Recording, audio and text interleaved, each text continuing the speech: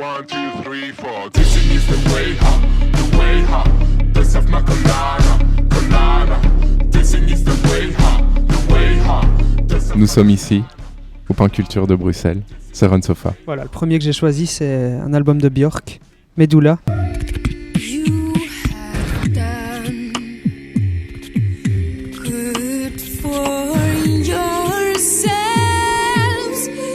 Qui est un album que j'ai écouté des tas de fois et que je trouve vraiment innovant parce qu'il n'y a que des voix là-dessus.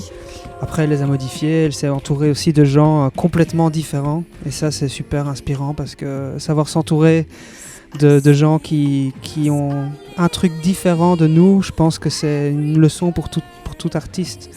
Et ça peut aussi apporter quelque chose de riche dans la musique. Et aussi Björk, de manière générale, je pense qu'elle nous inspire énormément dans la musique qu'on fait au jour le jour. Parce que déjà, les mélodies sont hyper puissantes, les arrangements aussi, souvent audacieux. Le premier CD que j'ai choisi, ce sont des chants traditionnels sardes de Orosei, en Sardaigne.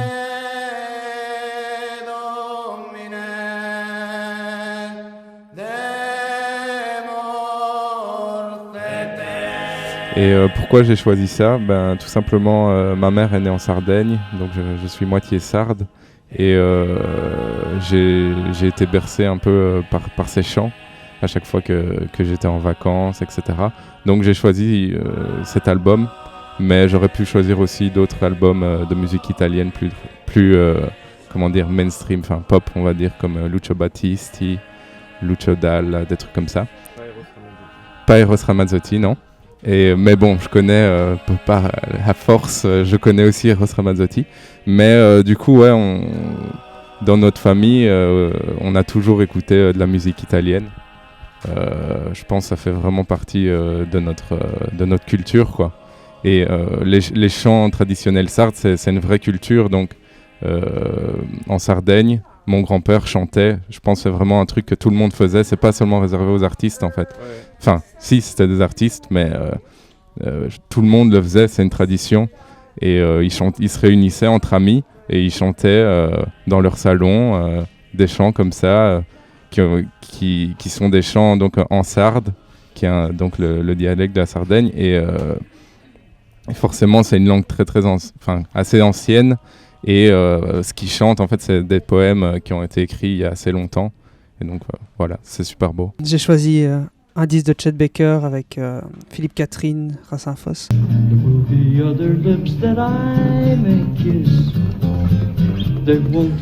Chet Baker, c'est parce que je pense que c'est l'artiste de jazz que j'ai le plus écouté et que j'écoute encore.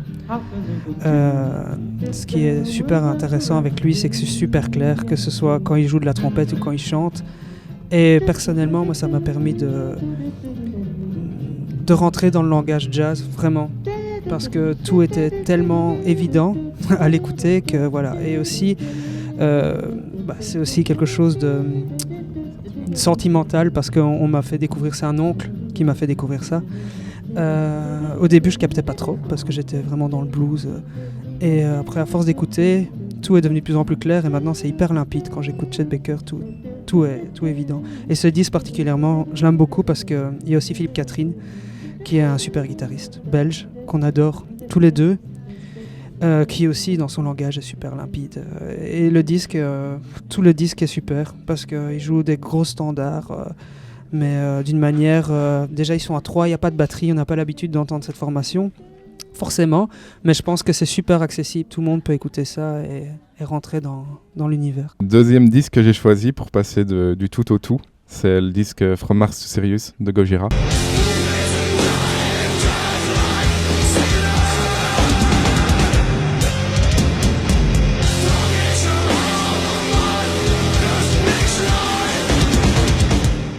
Donc j'ai découvert ce disque grâce à un de mes meilleurs potes quand j'avais 14 ans.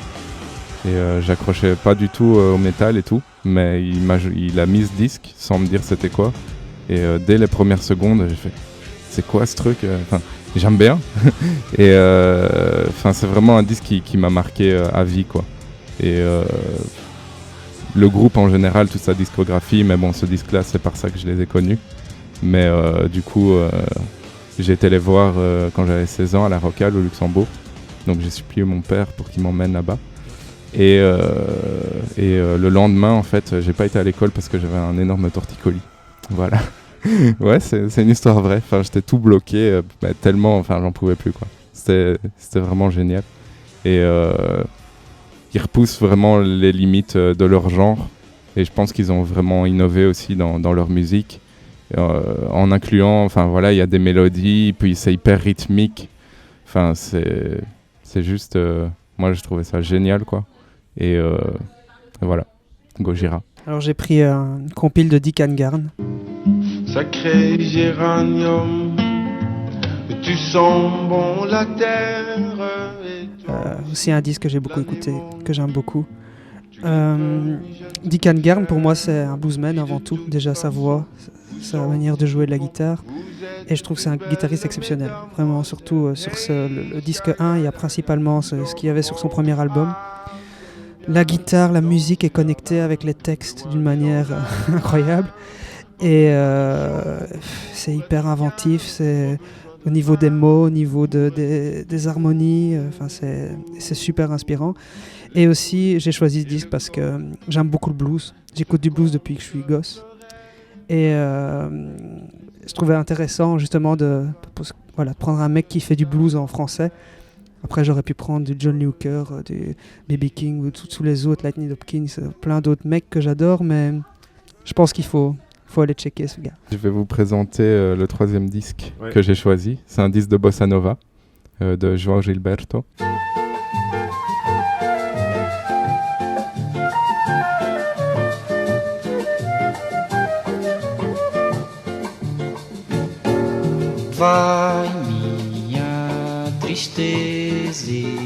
En fait, c'est une compilation de 4 disques à lui. Donc il y a 39 morceaux là-dessus. Mais c'est des morceaux assez courts. Et en fait, c'est juste génial, encore une fois, là. Parce que c'est des morceaux de 1 minute 30 parfois, mais il y a tout, en fait. Il y a tout, il y a les accords, il y a l'harmonie, il y a le rythme, il y a la mélodie, il y a tout. Et en fait, il y a pas mal de jazzman qui ont repris ces morceaux-là et qui ont improvisé sur ces morceaux-là. Donc, à la place de faire 1 minute 30, t'as des trucs qui font 15 minutes après. Enfin, voilà, ils ont ajouté l'improvisation à ces morceaux-là. Et là, c'est vraiment l'essence, en fait.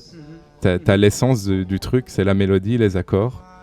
T'as un thème qui revient, puis t'as peut-être un bridge ou quoi. Ça dure 1 minute 30, mais voilà, il y a absolument tout. Ouais. Bon, il a une voix magnifique. Je suis un grand fan de Bossa Nova, j'aurais pu prendre d'autres choses. Mais voilà, 100% fan. Là, je vais expliquer un des choix de Julien. Et donc, c'est un disque de guitare solo en improvisé. De Derek Bailey.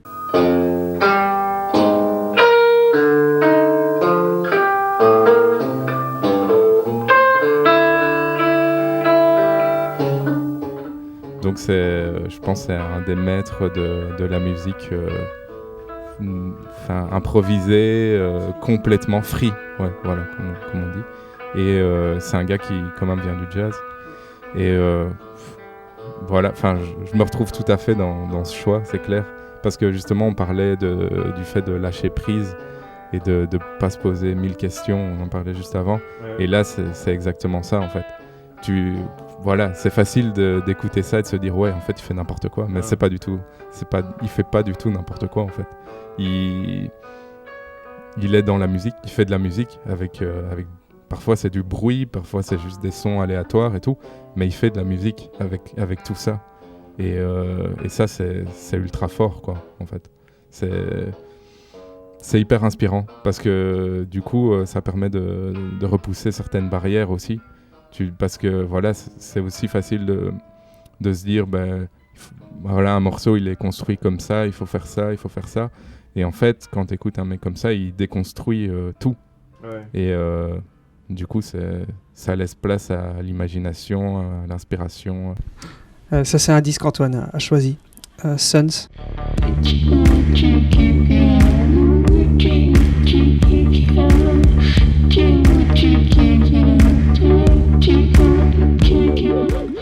C'est un groupe qu'on a énormément écouté pour pour cet album. C'est un truc qui nous a inspiré beaucoup. Ce qui est intéressant là-dedans, c'est que c'est des rockers à la base. Il y a des instruments de rock là-dedans, mais on entend clairement qu'ils écoutent autre chose que du rock.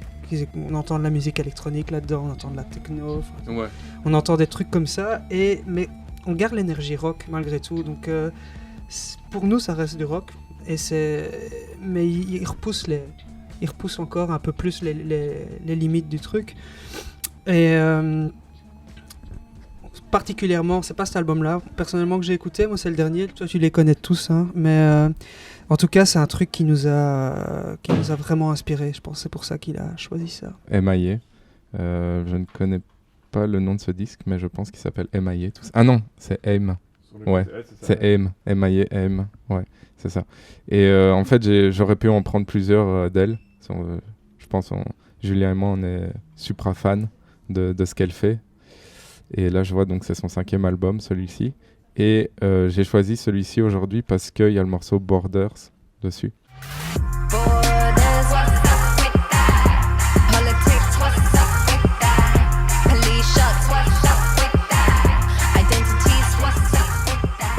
Et c'est un morceau qui nous avait vraiment choqué à l'époque quand il est sorti, parce que déjà le clip et tout, bon, c'est magnifique quoi, enfin comment c'est présenté et tout, mais le message est hyper fort et je pense on ne peut plus d'actualité. Et mais la façon dont elle fait passer ça, même dans le clip, dans les images et tout, quand à un moment il y a une masse de gens qui représentent un bateau sur une plage. Et bon, déjà visuellement, évidemment, c'est très très fort, mais le message qu'il y a là derrière, en fait, c'est ce ski dans lequel elle portait un maillot du PSG. Ouais, avec Fly, ouais, c'est ça. Et du coup, je pense qu'il y a peu d'artistes de la pop culture qui arrivent à faire passer des messages aussi forts et aussi politiques que celui-là. Pour terminer, j'ai pris ce film Dead Man de Jim Jarmusch.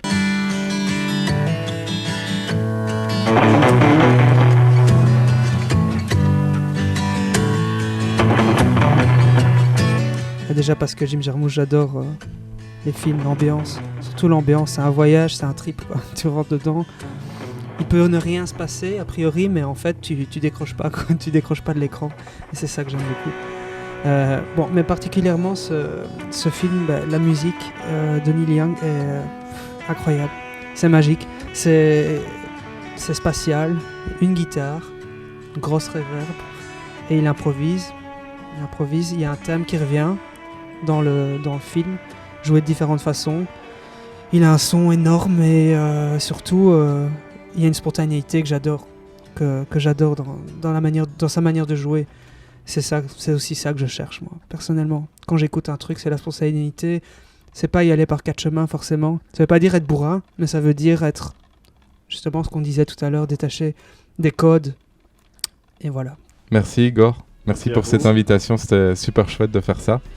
Donc notre premier album C sort début 2018 et on sera ici, pas loin en Botanique, pour le défendre le 9 février. Et le 2 février, une semaine avant ça, à l'Éden, à Charleroi. Merci. Super, merci à vous.